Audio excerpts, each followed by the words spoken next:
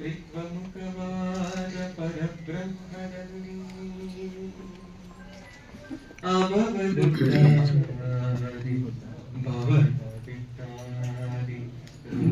ಚಿತ್ತಾದಿ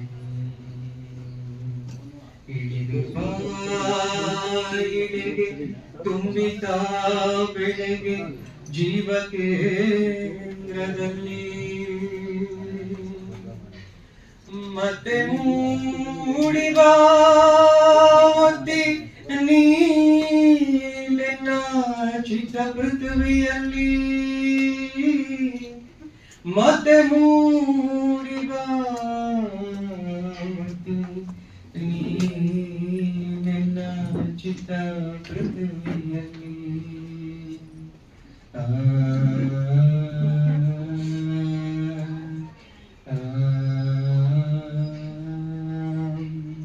ಮೃತದ ಚಿತ್ತಾಗಿ ವಿಶ್ವಗಳ ಸೃಜಿಸಿ ನಡೆಸುತ್ತಿಹ ಶಕ್ತಿ ಅನ್ನ ಪ್ರಾಣಗಳ ಮನೋಲೋಕಗಳ ಸೂತ್ರಧರ ಯುಕ್ತಿಯೇ ಅಖಿಲ ಬಂಧನದ ಹೃದಯದಲ್ಲಿ ಅವಿನಾಶಿಯಾಸಕ್ತಿ ನಿನ್ನ ಅವತಾರವೆನ್ನ ಉದ್ಧಾರ ದಿವ್ಯ ಮುಕ್ತಿಯೇ ಎಲ್ಲವನ್ನು ಮಾಡಿ ಎಲ್ಲರೊಳಗೂಡಿ ನೀನೆ ಎಲ್ಲವಾದೆ ಜ್ಯೋತಿಯಾದರೂ ತಮೋ ಲೀಲೆಯಲ್ಲಿ ಜಡದ ಮುದ್ರೆಯಾದೆ ಎನಿತು ಕರೆದರೂ ಹೋಗೊಳ್ಳದಿರುವ ಚಿನ್ನಿದ್ರೆಯಾದೆ ಬೆಳಗಿ ನನ್ನ ಆತ್ಮ ಕಿಳಿದು ಬಾ ತಾಯಿ ನೀನೆ ಬ್ರಹ್ಮಭೂನೆ ಇಳಿದು ಬಾ ತಾಯಿ ಇಳಿದು ಬಾ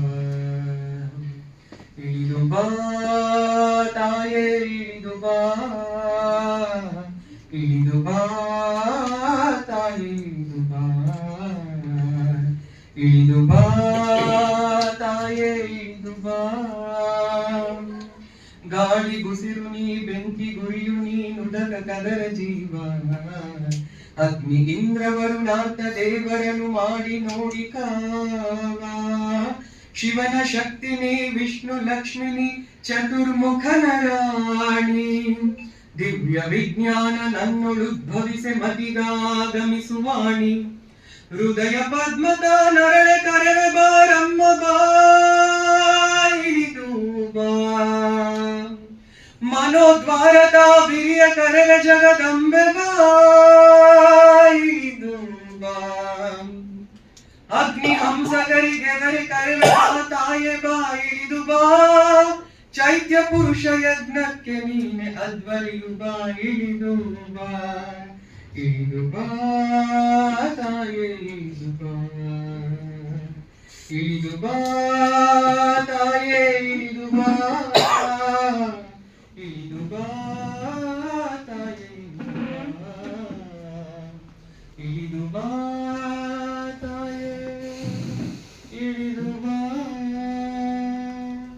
ಧನ್ಯವಾದ.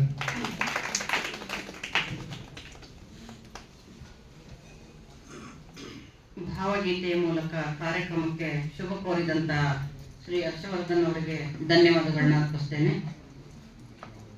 ಕಾರ್ಯಕ್ರಮಕ್ಕೆ ಆಗಮಿಸಿರುವಂತಹ ಗಣ್ಯಾತಿಥಿಗಳನ್ನ ಸ್ವಾಗತ ಮಾಡಿಕೊಡ್ಬೇಕು ಅಂತೇಳಿ ಕರ್ನಾಟಕ ಸಂಘದ ಅಧ್ಯಕ್ಷರು ಮತ್ತೆ ಕರ್ನಾಟಕ ಸಂಘವನ್ನ ಬಹುಮುಖ ನೆಲೆಯಲ್ಲಿ ಒಂದು ರಾಜ್ಯದಲ್ಲಿಯೇ ಮುಂಚೂಣಿ ಸಂಸ್ಥೆಯಾಗಿ ಅದನ್ನ ಕಟ್ಟೋದಿಕ್ಕೆ 10 ನೆಲೆಯಲ್ಲಿ 16 ದಿಕ್ಕಿನಲ್ಲಿ ಅದನ್ನ ಸಾಂಸ್ಕೃತಿಕ ಸಂಘಟನೆಯಾಗಿ ಬೆಳೆಸ್ತಾ ಇರುವಂತಹ ಆ ಮೂಲಕ ಕರ್ನಾಟಕ ಸಂಘ ಒಂದು ಸಂಶೋಧನಾ ಕೇಂದ್ರವಾಗಿಯೂ ಕೂಡ ಇಲ್ಲಿ PhD ಮಾಡುವಂತವರಿಗೆ ಆ ಮಾನ್ಯತೆಯನ್ನ ಹಂಪಿ ವಿಶ್ವವಿದ್ಯಾಲಯದಿಂದ ಪಡೆದುಕೊಂಡು ಸಂಶೋಧನಾ ಕ್ಷೇತ್ರದಲ್ಲಿಯೂ ಕೂಡ ಬೇರೆ ಬೇರೆ ಆಯಾಮದಲ್ಲಿ ಕಾರ್ಯಕ್ರಮಗಳನ್ನ ರೂಪಿಸ್ತಾ ಬಂದಿರುವಂತಹ ಈ ಒಂದು ಕಾರ್ಯಕ್ರಮವನ್ನು ಕೂಡ ಬಹಳ ಅಚ್ಚುಕಟ್ಟಾಗಿ ಇದು ನಡೀಬೇಕು. ನಮ್ಮ ಸಂಶೋಧನಾ ವಿದ್ಯಾರ್ಥಿಗಳು ಇದರಲ್ಲಿ ಹೆಚ್ಚಿನ ರೀತಿಯ ಪ್ರಯೋಜನವನ್ನು ಪಡ್ಕೊಳ್ಬೇಕು ಅಂತೇಳಿ ಈ ಒಂದು ಕಾರ್ಯಕ್ರಮವನ್ನ ರೂಪಿಸಲಿಕ್ಕೆ ಎಲ್ಲಾ ರೀತಿಯಲ್ಲೂ ಮಾರ್ಗದರ್ಶನ ನೀಡಿ ಇವತ್ತಿನ ಕಾರ್ಯಕ್ರಮಕ್ಕೆ ಅತಿಥಿಗಳನ್ನ ಸ್ವಾಗತಿಸಿಕೊಳ್ಬೇಕು ಅಂತೇಳಿ ಕರ್ನಾಟಕ ಸಂಘದ ಅಧ್ಯಕ್ಷರಾದಂತಹ ಪ್ರೊಫೆಸರ್ ಜಯಪ್ರಕಾಶ್ ಗೌಡ ಅವರನ್ನ ನಾನು ಕೋರ್ಕೊಳ್ತೇನೆ.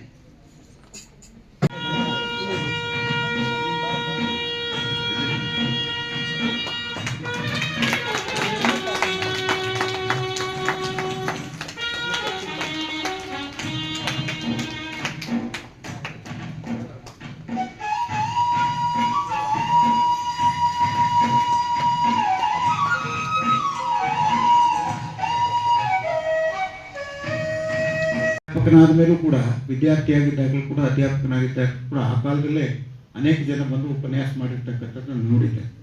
ಕೈಲಾಸಂ ಬಗ್ಗೆ ಮಾತಾಡಿದ್ದು, ಮತ್ತು ಇಲ್ಲಿ ಒಂದು ಎಲ್ಡರ್ಸ್ ಫೋರಮ್ ಅಂತೇಳಿ ಒಂದು ದೊಡ್ಡ ಡಿಬೇಟ್ ನಡೀತಾ ಇತ್ತು ಅನ್ನುವಂಥ ವಿಚಾರವನ್ನು ಕೂಡ ಕೇಳಿದ್ದೀನಿ. ಮಹಾಬಲರಾಯರನ್ನು ಕೂಡ ನಾನು ನೋಡಿದ್ದೆ. ಆಮೇಲೆ ಚೀನಾ ವೆಂಕಟಸುಬ್ಬಯ್ಯನವರು ಕೂಡ ಇದರ ಕಾರ್ಯದರ್ಶಿಯಾಗಿ ಕೆಲಸ ಮಾಡಿದ್ದಾರೆ ಎನ್ನುವಂಥದ್ದು ಬಹಳ ಮುಖ್ಯವಾಗಿರ್ತಕ್ಕಂಥ ಸಂಗತಿ.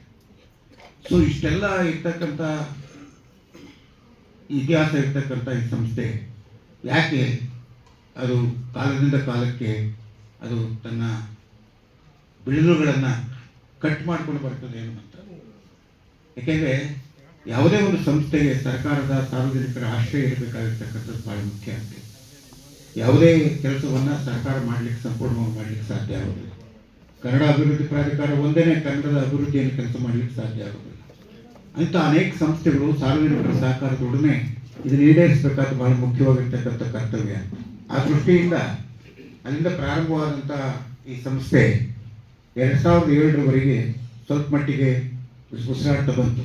ನಾನು ವಿದ್ಯಾರ್ಥಿಯಾಗಿದ್ದಾಗ, ಅಧ್ಯಾಪಕನಾಗಿದ್ದಾಗಲೂ ಕೂಡ ಇದು ಚೆನ್ನಾಗಿ ಕೆಲಸ ಮಾಡ್ತಾ ಇದ್ದದ್ದು. ನಿರಂತರವಾಗಿ ಆರ್ಥಿಕ ಅನಾನುಕೂಲತೆಯಿಂದ ನರಳೋದಕ್ಕೆ ಶುರು ಮಾಡಿದ ಮೇಲೆ ಯಾವುದೇ ಸಂಸ್ಥೆ ಅಷ್ಟೇ ಆರ್ಥಿಕ ಅನುಕೂಲತೆ ಭಾಳ ಮುಖ್ಯ. ಅದು ಸ್ವಲ್ಪ ಸ್ವಲ್ಪ ಕೊಡ್ತಾ ಇತ್ತು. 2007ರಲ್ಲಿ ನಾನು ನಿವೃತ್ತಿಯನ್ನು ಹೊಂದಿದ ಮೇಲೆ ಇಲ್ಲಿ ಬಂದರೆ ಇದರ ಪರಿಸ್ಥಿತಿಯನ್ನು ನೋಡಿ ಆನಂತರ ಇದನ್ನು ಎಲ್ಲ ರೀತಿಯಲ್ಲಿ ಶೈಕ್ಷಣಿಕವಾಗಿ, ಸಾಂಸ್ಕೃತಿಕವಾಗಿ, ಸಾಹಿತ್ಯಿಕವಾಗಿ ನಾವು ಕೆಲಸ ಮಾಡಬೇಕು ಅನ್ನುವಂಥ ದೃಷ್ಟಿಯಿಂದ ಸಾರ್ವಜನಿಕರ ಸಹಕಾರವನ್ನು ಪಡೆದು ಇವತ್ತು ಈ ಸ್ವರೂಪದಲ್ಲಿ ಬಂದು ನಾನು ಕಟ್ಟಿದ್ದೆ. ಈಗ ಶೈಕ್ಷಣಿಕವಾಗಿ ಏನು ಅಂತಂದರೆ ಒಂದು ಕಾಲಕ್ಕೆ ಭಾಳ ಮಹತ್ವದ್ದು ಅಂತಂದರೆ ಇವತ್ತು PhDಗಳು, MAಗಳು ನಮ್ಮ ಮನೆ ಬಾಗಿಲು ಬಂದಿದ್ದಾರೆ. ಕನ್ನಡ ಅಭಿವೃದ್ಧಿ ಪ್ರಾಧಿಕಾರ ಮತ್ತು ಮಂಡ್ಯ ಕರ್ನಾಟಕ ಸಂಘ ಜಂಟಿಯಾಗಿ ಆಯೋಜಿಸಿರುವ ಈ ಕನ್ನಡ ಸಂಶೋಧನಾ ಕಮ್ಮಟದ ಅಧ್ಯಕ್ಷತೆಯನ್ನು ವಹಿಸಿರುವ ನಮ್ಮ ಗುರುಗಳು, ಹಿರಿಯ ಸಂಶೋಧಕರು, ವಿಮರ್ಶಕರು ಆಗಿರುವ ಪ್ರೊಫೆಸರ್ ರಾಘವ್ ಅವರೇ, ಕನ್ನಡ ಅಭಿವೃದ್ಧಿ ಪ್ರಾಧಿಕಾರದಲ್ಲಿ ನನಗೆ ಬಲಗೈಯಾಗಿ ಎಲ್ಲ ರೀತಿಯ ಸಹಾಯವನ್ನು ಮಾಡುತ್ತಿರುವ ಮತ್ತು ಇಲ್ಲಿ ಇವತ್ತು ಈ ಸಂಶೋಧನಾ ಕಮ್ಮಟ ನಡಿಬೇಕಾದರೆ ಪ್ರಮುಖ ಕಾರಣಕರ್ತರಾಗಿರುವ ನನ್ನ ಗೆಳೆಯರಾದ ತಿಮ್ಮೇಶ್ ಅವರೇ, ಸುಮಾರು ಅರ್ಧ ಶತಮಾನಗಳಿಗೂ ಹೆಚ್ಚು ಕಾಲ ಸ್ನೇಹಿತರಾಗಿರುವ ಜಯಪ್ರಕಾಶ್ ಅವರೇ, ರಾಮಕೃಷ್ಣ ಅವರೇ, ನನ್ನ ಎದುರು ಕುಳಿತಿರುವ ಎಲ್ಲ ಮಹನೀಯರೇ ಮತ್ತು ಸಂಶೋಧನಾ ವಿದ್ಯಾರ್ಥಿಗಳು. ಇದು ಒಂದು ಬಹಳ ಮುಖ್ಯವಾದಂಥ ಒಂದು ಕಾರ್ಯಕ್ರಮವನ್ನ ಮಂಡ್ಯ ಕರ್ನಾಟಕ ಸಂಘ ಮಾಡ್ತಾ ಇದೆ.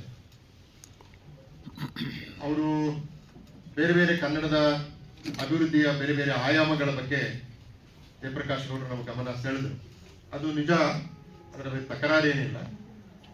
ಆದರೆ ನಾವು ಏನು ಯೋಚನೆ ಮಾಡ್ತೀವಿ ಅಂದ್ರೆ ನಮಗಿರುವ ಸೀಮಿತವಾದಂತಹ ಅನುದಾನದಲ್ಲಿ ಈಗ ಸಾಹಿತ್ಯಕ್ಕೆ ಸಂಬಂಧಪಟ್ಟ ಕಾರ್ಯಕ್ರಮ ಮಾಡಲಿಕ್ಕೆ ಸಾಹಿತ್ಯ ಅಕಾಡೆಮಿ ಇದೆ, ಜಾನಪದಕ್ಕೆ ಸಂಬಂಧಪಟ್ಟ ಕಾರ್ಯಕ್ರಮ ಮಾಡಲಿಕ್ಕೆ ಜಾನಪದ ಅಕಾಡೆಮಿ ಇದೆ, ಸಂಗೀತ, ನೃತ್ಯ ಇತ್ಯಾದಿಗಳಿಗೆ ಸಂಗೀತ ನಾಟಕ ಅಕಾಡೆಮಿ ಇದೆ. ಸೊ ಅಥವಾ ನೇರವಾಗಿ ಸಂಸ್ಕೃತಿ ಇಲಾಖೆನೇ ಎಷ್ಟೋ ಬಾರಿ ಕಾರ್ಯಕ್ರಮಗಳನ್ನು ಮಾಡ್ತದೆ. ಇವರು ಯಾರೂ ಮಾಡದೇ ಇರುವ ಒಂದು ಕೆಲಸ ಯಾವುದು ಅಂತಂದ್ರೆ ಭಾಷೆಯ ಕುರಿತಾದ ಚರ್ಚೆ. ಯಾರಿಗೂ ಅದು ಅಗತ್ಯವೇ ಅಲ್ಲ. ಆದ್ದರಿಂದ ನಮ್ಮ ಸೀಮಿತವಾದ ಅನುದಾನ ಸದುಪಯೋಗ ಆಗಲಿ ಎಂಬ ಕಾರಣಕ್ಕೆ ಭಾಷಾ ಕೇಂದ್ರಿತವಾದಂಥ ಕಾರ್ಯಕ್ರಮಗಳನ್ನು ಮಾಡ್ತೇವೆ ವಿನಃ ಭಾಷೆಗೆ ಬೇರೆ ಆಯಾಮಗಳು ಇಲ್ಲ ಅಂತ ಅಲ್ಲ. ಈ ಸಂಶೋಧನಾ ಕಮ್ಮಟ ಕನ್ನಡ ಭಾಷೆಗಿರುವ ವಿವಿಧ ಆಯಾಮಗಳ ಬಗ್ಗೆ ಹೊಸ ಬೆಳಕು ಚೆಲ್ಲುತ್ತದೆ ಅಂತ ನಾನಂತೂ ನಂಬಿಕೊಂಡಿದ್ದೆ. 1902 ಮಾತು ಪ್ರಾಧಿಕಾರದ ಬಗ್ಗೆ ನಾನು ಸಾಮಾನ್ಯ ಇಂಥ ಕಾರ್ಯಕ್ರಮಗಳು ಪ್ರಾಧಿಕಾರದ ಬಗ್ಗೆ ಮಾತಾಡ್ತೀನಿ.